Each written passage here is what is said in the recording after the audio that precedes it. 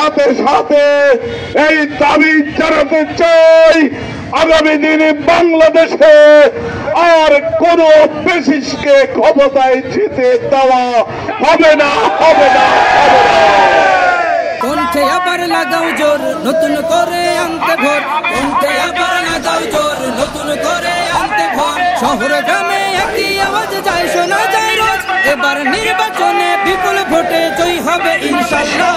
দেখে দেখে সিলভার ভাই মার্কা দাড়ি পাল্লা, দেখে দেখে সেখানে থাকবে না কোনো বৈষম্য, সেখানে থাকবে না কোনো দুর্নীতি, সেখানে থাকবে না কোনো চাঁদাবাজি।